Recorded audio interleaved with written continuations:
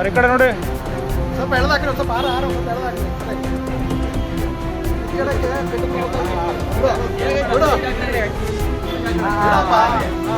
ಈ ದೇಶದ ಸರ್ವೋಚ್ಚ ನ್ಯಾಯಾಲಯದ ಒಬ್ಬ ಪ್ರಥಮ ಮುಖ್ಯ ನ್ಯಾಯಾಧೀಶರಾಗಿರ್ತಕ್ಕಂಥ BR ಗವಾಯ್ ಅವ್ರ ಮೇಲೆ ಮನುವಾದಿ ಮನಸ್ಥಿತಿ ಹೊರತಕ್ಕಂಥ ಸಾಮಾನ್ಯ ಒಬ್ಬ ವಕೀಲ ಬೂಟ್ ಎಸಿತಾರೆ ಅಂದರೆ ಈ ಮನುವಾದಿ ಮನಸ್ಥಿತಿಗಳನ್ನು ಅರ್ಥ ಮಾಡ್ಕೋಬೇಕು.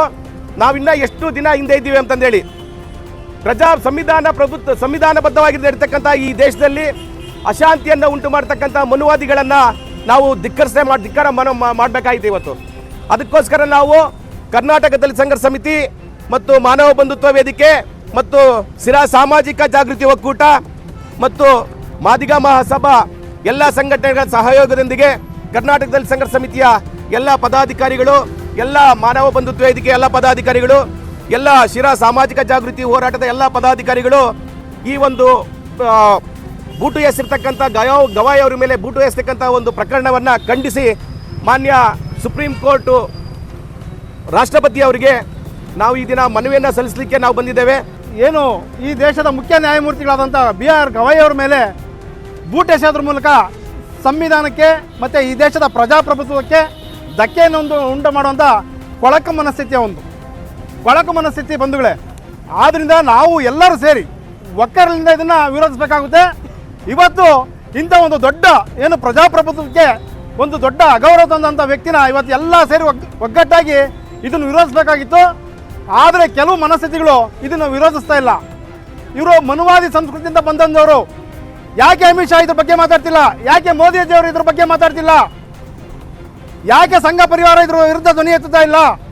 ಅಲ್ಲಿಗೆ ನಾವು ಅರ್ಥ ಮಾಡ್ಕೋಬೇಕು. ಇವರು ಕಿಶೋರ್ ಕುಮಾರನ ಸಂತತಿ.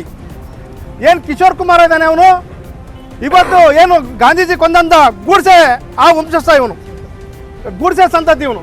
ಈ ದೇಶದಲ್ಲಿ ಇನ್ನೂ ಗೂಡ್ಸೆ ಸಂತತಿ ಇದೆ ಅನ್ನೋದಕ್ಕೆ ಇವರೇ ಕಾರಣ. ಇವತ್ತು ರಾಕೇಶ್ ಕಿಶೋರ್ ಕುಮಾರ್ ಇದ್ದಾರಲ್ಲ, ಇವರೇ ಕಾರಣ. ಇಂಥ ಹಲವಾರು ದೌರ್ಜನ್ಯಗಳು, ದಬ್ಬಾಳಿಕೆಗಳು ಆಗ್ತದೆ ದೇಶದಲ್ಲಿ. ಉದಾಹರಣೆಗೆ ಹಿಂದೆ ರಾಮನಾಥ್ ಕೋವಿಂದನಂದರು ರಾಷ್ಟ್ರಪತಿ ಆದಂಥ ಸಂದರ್ಭದಲ್ಲಿ ಆ ಶ್ರೀರಾಮ ದೇವಸ್ಥಾನಕ್ಕೆ ಅವ್ರನ್ನ ಪ್ರವೇಶ ಕೊಟ್ಟಿರಲಿಲ್ಲ. ಹಿಂದೆ ಏನು KR ನಾರಾಯಣನ್ ಅವರು ಒಂದು ದೇವಸ್ಥಾನಕ್ಕೆ ಹೋದಾಗ ಅವರಿಗೆ ಒಳಗೆ ಪ್ರವೇಶ ರತ್ನಗಂಬಳಿ ಹಾಕ್ತಾರಲ್ಲ. ದೇವಸ್ಥಾನಕ್ಕೆ ಹೋದಾಗ ಯಾರೇ ಈ ದೇಶದ ಪ್ರಧಾನಿಗಳು ಹೋದರೆ ಅಥವಾ ಯಾವ ದೇಶದ ಒಬ್ಬ ಪ್ರಜಾಪ್ರತಿನಿಧಿ ಹೋದರೆ ಅಲ್ಲಿ ರತ್ನಗಂಬಳಿ ಹಾಕ್ತಾರೆ.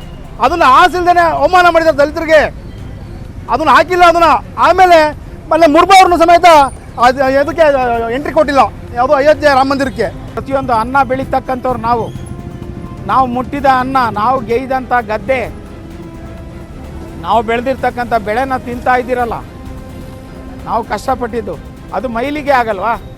ನಿಮಗೆ ಸೂತ್ಕ ಆಗಲ್ವಾ? ಇದನ್ನೆಲ್ಲ ಪ್ರತಿಯೊಬ್ಬರು ಮನಗಾಡಬೇಕು.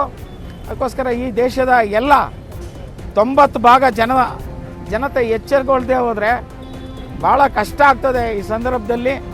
ಅದಕ್ಕೋಸ್ಕರ ಇನ್ನು ಮೇಲೆ ನೀವು ಎಚ್ಚರಿಕೆಯಿಂದ ಹೋಗದೆ ಹೋದರೆ ಮುಂದಿನ ದಿನಗಳಲ್ಲಿ ನಾವು ಈ ದೇಶದಲ್ಲಿ ಪ್ರಜಾಪ್ರಭುತ್ವ ಉಳಿಸೋದಕ್ಕೆ, ಸಂವಿಧಾನ ಉಳಿಸೋದಕ್ಕೆ ಏನೆಲ್ಲ ಬಾಬಾ ಸಾಹೇಬ್ ಅಂಬೇಡ್ಕರ ಅನುಯಾಯಿಗಳೇನಿದ್ದೀವಿ ಆ ಕೆಲಸವನ್ನು ಮಾಡಬೇಕಾಗ್ತದೆ.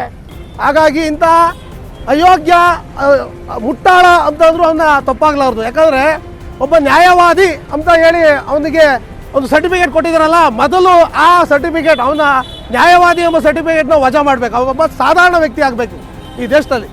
ಅದಾದಮೇಲೆ ಅವನಿಗೆ ಮೊನ್ನೆ ಬಂಧನ ಮಾಡಿದ್ರು, ಏನೋ ಬಿಡುಗಡೆ ಮಾಡಿದ್ದಾರೆ ಅಂತ ಸುದ್ದಿ ಆಡ್ತಾ ಇದೆ.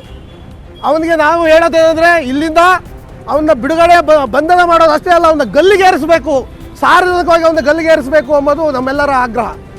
ಇವತ್ತು 100ನೇ ವರ್ಷದ ಹೊಸ್ತಿಲಲ್ಲಿ ಇವತ್ತು ಸಂಘ ಪರಿವಾರ RSS ಎಲ್ಲ ಕಡೆ ದೊಡ್ಡ ಪ್ರಚಾರವನ್ನು ಮಾಡ್ತಾ ಇದೆ. ಅಂದರೆ 100 ವರ್ಷದ ಒಳಗೆ ಇವರು ಮಾಡಿರುವಂಥ ಹಲವಾರು ಕುಕೃತ್ಯಗಳು ಇವತ್ತು ದೇಶದಲ್ಲಿ, ರಾಷ್ಟ್ರದಲ್ಲಿ ಕಾಣ್ತಾ ಇದೆ. ಗಾಂಧಿಯನ್ನು ಕೊಂದರು, ಬಸವಣ್ಣನ ಕೊಂದರು, ಇನ್ನೂ ಬೇಕಾದಷ್ಟು ದಿನ ಏನು ಸಾರ್ವಜನಿಕವಾಗಿ ಜೀವನ ಮಾಡ್ತಾ ಇರುವಂತಹ ಏನು ವೈಚಾರಿಕವಾಗಿ ಮತ್ತು ಧರ್ಮದ ಅಮಲಿನಲ್ಲಿ ತುಂಬಿರುವಂಥ ಹಲವಾರು ಜನ ಧರ್ಮಾಂಧರನ್ನು ಇವತ್ತು ಹುಟ್ಟಾಕುವಂಥ ಒಂದು ದೊಡ್ಡ ಫ್ಯಾಕ್ಟ್ರಿ ಅಂದರೆ ಅದು ಸಂಘ ಪರಿವಾರ ಈಜಿಕೋಟೆ ಚಡ್ಡಿ. ಇಂಥ ಚಡ್ಡಿ ನನ್ನ ಮಕ್ಕಳಿಗೆ ಈ ದೇಶದಲ್ಲಿ ಯಾವುದೇ ಕಾರಣಕ್ಕೂ ಉಳಿಗಾಲ ಕೊಡಬಾರ್ದು ನಮ್ಮ ಸಮಾಜಗಳು ಎಂಬುದು ನಾವೆಲ್ಲರೂ ಮನಗಬೇಕು.